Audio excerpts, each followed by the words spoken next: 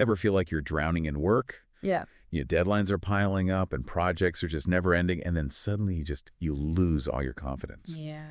Well, we're diving deep today into a technique from this Japanese business consultant, Teru Nakashima. And he has some advice on how to deal with this exact feeling.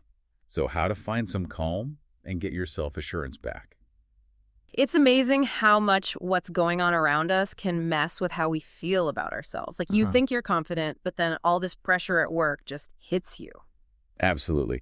And Nakashima really focuses on how periods of intense work can impact our self-esteem. Think about those huge project launches or crazy tight deadlines. It's like getting knocked off balance emotionally.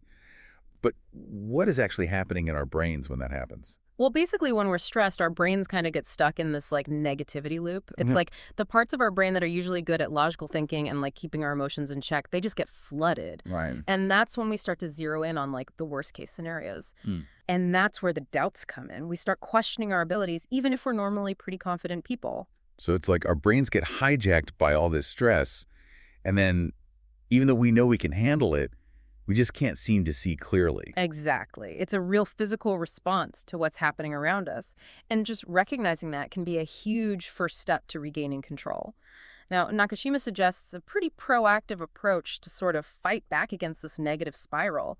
He says we have to be able to tell when our self-esteem is taking a hit and then actively push back with some positive self-talk. And he calls this using strokes, right? Yeah. Can you explain what he means by that? Sure. So he's talking about basically giving ourselves positive affirmations. Okay. It's a technique from psychology where you use specific phrases to challenge those negative thoughts and boost how you see yourself. I see. Nakashima gives examples like saying things like, everything is going to be okay. Of course I can do it. Oh, okay. Or, I am a wonderful person today. I'm working hard, and I'm sure this will lead to something good later on. Relax, relax. It's going to be okay. Okay. I get it. So instead of getting caught up in all those anxieties and what ifs, we're choosing to focus on positive messages. But why is it so important to actually say these things out loud? Can't we just think them?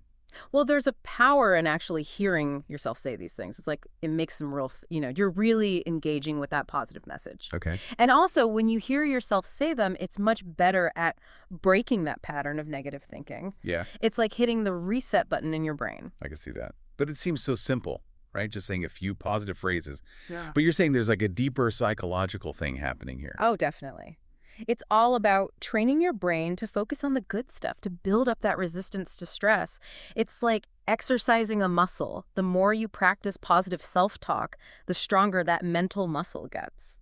So for our listeners who might be feeling that pressure right now, how can they start using this in their everyday lives? It's really about finding those phrases that click for you, things you actually believe about yourself and your abilities. Like maybe it's, I'm resourceful and I'll find a solution. Right. Or I've overcome challenges before I can do it again.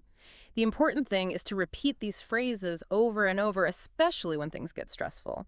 Write them down, put them on your desk, make them part of your day. It's like a simple but powerful way to change our perspective and toughen up against those work pressures that we all face. Exactly. We have the power to choose how we react, even when things are difficult.